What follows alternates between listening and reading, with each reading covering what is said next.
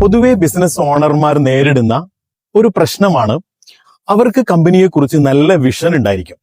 ഒരു 5 ഇയറിന് ശേഷം അല്ലെങ്കിൽ 10 ഇയറിന് ശേഷം കമ്പനി എവിടെ എത്തണം, എന്തെല്ലാം ആകണം എന്നൊക്കെ നല്ല വിഷൻ ഉണ്ട്, നല്ല പ്ലാനിങ്ങുകൾ ഉണ്ട്, എസ്റ്റിമേഷൻ ഉണ്ട്, എല്ലാം റെഡിയാണ്.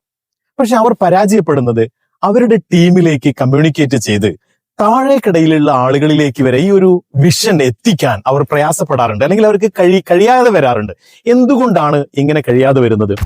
ആ കമ്പനിയിൽ ഓണർക്കുണ്ടാകുന്ന വിഷൻ, അദ്ദേഹത്തിന്റെ ലക്ഷ്യങ്ങൾ, അദ്ദേഹത്തിന്റെ സ്കോപ്പുകൾ, അദ്ദേഹത്തിന്റെ ഗോളുകളെല്ലാം അദ്ദേഹം ചെയ്യേണ്ടത് തൊട്ടടുത്തുള്ള സീനിയർ ലീഡർഷിപ്പിന് നന്നായി പറഞ്ഞ് മനസ്സിലാക്കി കൊടുക്കണം. ഒരു മാസത്തിൽ ഒരു തവണയെങ്കിലും അതിന് സമയം കണ്ടെത്തണം. ഈ സീനിയർ ലീഡർഷിപ്പ് അവരുടെ ഡിപ്പാർട്ട്മെന്റിൽ പോകുമ്പോൾ, അല്ലെങ്കിൽ മാനേജർമാർ അവരുടെ ഡിപ്പാർട്ട്മെന്റിൽ പോകുമ്പോൾ, ആ ഡിപ്പാർട്ട്മെന്റിലുള്ള സ്റ്റാഫുകളോട്, ടീമുകളോട് ഈ പറഞ്ഞ കാര്യങ്ങളെല്ലാം അവരിലേക്ക് എത്തിക്കണം.